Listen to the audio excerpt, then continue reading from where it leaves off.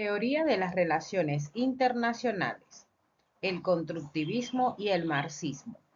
Un análisis profundo de dos perspectivas fundamentales para comprender la política mundial contemporánea. Hoy vamos a explorar un poquito más de estas teorías, interpretarlas y explicar las dinámicas internacionales desde cada uno de sus ángulos complementarios. Las relaciones internacionales son un campo de estudio complejo que busca entender cómo interactúan los actores en la escena global. Dentro de las diversas teorías de las relaciones internacionales, el constructivismo y el marxismo ofrecen perspectivas muy distintas, pero ambas desafían las visiones más tradicionales como el realismo y el liberalismo. El constructivismo. El constructivismo prioriza las ideas, normas e identidades en las relaciones entre los estados.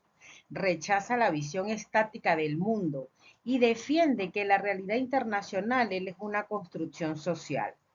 El constructivismo en las relaciones internacionales se centra en la idea en que la realidad internacional no es una realidad dada o material, sino que está socialmente construida, es decir, las ideas, las normas, la cultura, las identidades y las percepciones compartidas entre los actores son fundamentales para entender cómo se comportan y cómo interactúan entre sí. Las interacciones sociales se basan en significados compartidos que van poco a poco evolucionando. Estos intereses nacionales no son fijos, pues se transforman mediante procesos sociales complejos. De allí la importancia de las ideas y las normas. Para los constructivistas, las ideas y las normas no son meros reflejos de la realidad material, sino que la constituyen. Por ejemplo, el significado de la anarquía en el sistema internacional, como la ausencia de un gobierno central, no es inherente, sino es que los estados hacen de ella, según los estados se perciben como amigos o enemigos, y esto va a influir en cómo se interpreta la anarquía y cómo se actúa en ella. Hay identidades e intereses, pues las identidades de los estados, que son quienes creen que son, y sus intereses no son fijos, sino que se forman a través de la interacción social. Un estado no tiene una agenda de intereses preexistentes, sus intereses se definen en el mismo proceso en que se definen las situaciones y se construye lo que es la identidad. Existieron autores claves que definieron lo que es todo ese contexto teórico del constructivismo. Entre ellos tenemos a Immanuel Andler, que desarrolló perspectivas sobre cómo las comunidades epistémicas moldean las políticas globales. Asimismo, Peter Kattisch, que aportó análisis fundamentales sobre esa influencia de las normas en todo lo que corresponde a la seguridad nacional, y Alexander Webb, que fue quien revolucionó el campo con su frase "la anarquía es lo que los estados hacen de ella", que es justamente lo que explicaba en la presentación anterior cuando daba el ejemplo, ¿verdad?, de la anarquía como tal y su influencia en ese aspecto de relevancia cuando se habla de lo que es los estados, cómo perciben los demás estados, amigos o enemigos, y que va a influir a su vez de esa interpretación que le pueda dar cada uno de ellos a la anarquía y cómo actúan ellos en ese espacio. Con relación al constructivismo y algunos ejemplos que son muy válidos en lo que corresponde a las relaciones internacionales. Por supuesto, tenemos los acuerdos internacionales, pues acá se refleja todo lo que es ese significado compartido entre cada una de las naciones. También se hace mención a la fin de la Guerra Fría.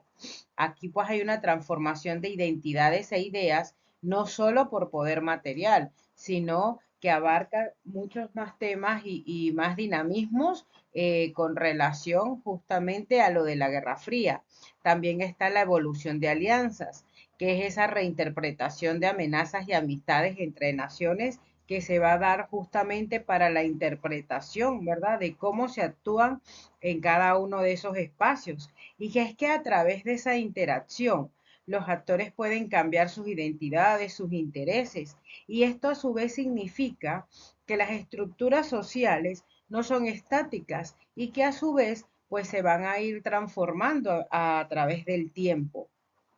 Cabe la pena destacar que el constructivismo pues desafía el supuesto racionalista de que los actores actúan únicamente en función de un cálculo de costos o de beneficios en materiales. En cambio, esta teoría, ¿verdad?, argumenta que las percepciones intersubjetivas y significados compartidos pues entre las naciones pues son cruciales.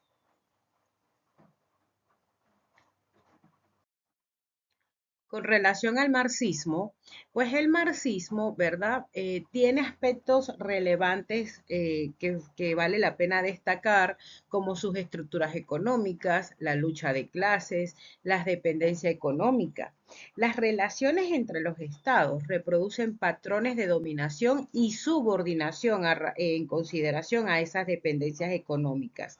El sistema internacional pues de alguna u otra manera perpetúa la extracción de recursos de la periferia, asumiendo esas estructuras económicas que se basan en esas relaciones internacionales, en las dinámicas del capital y en la producción. El sistema mundial refleja y refuerza las desigualdades económicas estructurales que existen entre las naciones. Y pues los conflictos globales son extensiones de las tensiones entre el capital y el trabajo. Estos intereses nacionales pues representan los intereses de las clases dominantes. El marxismo ofrece una crítica fundamental a la estructura y dinámica del sistema capitalista global. Y como este sistema influye en las relaciones entre los estados y otras identidades. Aunque Karl Marx no desarrolló una teoría explícita de las relaciones internacionales, sus ideas han sido aplicadas para analizar la política mundial. Se habla de ese materialismo histórico y lucha de clases, pues el marxismo se basa en el materialismo histórico, que éste a su vez sostiene que las fuerzas económicas y las relaciones de producción son el motor principal de la historia y la sociedad. Esto quiere decir entonces que en las relaciones internacionales se traduce en un análisis de cómo la estructura económica global, el capitalismo, genera esas desigualdades de conflictos. El marxismo enfatiza la importancia de la economía política internacional, analizando cómo el capitalismo global crea y mantiene jerarquía entre estados, con un centro de países desarrollados y capitalistas y una periferia que habla justamente pues de esos países que se encuentran en desarrollo. A su vez, se argumenta que las relaciones internacionales están marcadas por la explotación de la periferia por parte del centro a través de mecanismos como la inversión de capital, el comercial desigual y la extracción de recursos. Las teorías de la dependencia y del sistema mundo, influenciadas por el marxismo, exploran cómo los países periféricos se ven atrapados en un ciclo de subdesarrollo debido a su integración en el sistema capitalista global. Pues vemos cómo el marxismo pues examina las clases dominantes en los países centrales y ejerce esa hegemonía sobre el sistema global. Y a su vez va promoviendo ideas y políticas que perpetúan el status quo, que también se enfoca en ese papel del capital transnacional y las corporaciones multinacionales, que son actores claves en la configuración de las relaciones internacionales más allá de los estados. Con relación a las corrientes marxistas en las relaciones internacionales, pues tenemos algunos autores que han formado parte de esa contextualización teórica e histórica de lo que es el marxismo. Tenemos a Marx y Engels, que ellos establecieron las bases teóricas del análisis económico de las relaciones internacionales. También Immanuel Wasterday, que desarrolló la teoría del sistema mundo y dividió países en centro, semiperiferia y periferia. También es importante hacer mención de Samir Amin. Él analizó el desarrollo desigual y las dinámicas de dependencia global. Y a su vez está la teoría del imperialismo, donde Lenin, Luxemburgo y otros extendieron el análisis marxista a las relaciones coloniales. Son ellos pues los representantes más valiosos que se pueden colocar como importantes en este contexto teórico de lo que son las relaciones internacionales y los autores y corrientes que vienen dadas para el marxismo, según sus estudios y desarrollos teóricos investigados. Si hablamos de algunos ejemplos del marxismo en las relaciones internacionales, pues nos encontramos la crítica a la globalización. Desde acá hay un análisis del libre comercio como mecanismo de explotación transnacional. También se hace referencia a esos movimientos antiglobalización que se dan en esa resistencia organizada contra instituciones financieras internacionales y donde a su vez se refleja una dependencia de esos países periféricos atrapados en roles de proveedores en materias primas, así como también pues es importante hacer mención del neocolonialismo, que es se fundamenta en ese control económico que sustituye al dominio político directo en las antiguas colonias. Se representa entonces entre estos cuatro aspectos de importancia el neocolonialismo, la dependencia, los movimientos antiglobalización y la crítica de la globalización como ejemplos del marxismo en las relaciones internacionales. Aunque el constructivismo y el marxismo son teorías críticas que buscan ir más allá de las explicaciones tradicionales de las relaciones internacionales, pues tienen sus puntos de partida y énfasis distintos. El constructivismo se enfoca en el papel de las ideas, normas, identidades y el conocimiento intersubjetivo en la construcción de la realidad internacional. Y el marxismo, por otro lado, pone su atención en las estructuras materiales, económicas y las relaciones de clase como determinantes de las relaciones internacionales. El constructivismo otorga un papel más significativo a la agencia de los actores, como sus interacciones construyen la realidad, mientras que el marxismo tiende a enfatizar las estructuras económicas y la fuerza histórica que limitan la agencia. Ahora bien, si hablamos de la naturaleza de cada uno de ellos, para el constructivismo la anarquía es lo que los estados hacen de ella, construida socialmente hablando. Y para el marxismo, la anarquía, si bien puede ser un factor, es secundario, pues es secundario a las dinámicas de poder económico y a las contradicciones inherentes al capitalismo. Hay unos puntos de convergencia entre, ¿verdad?, el marxismo y el constructivismo.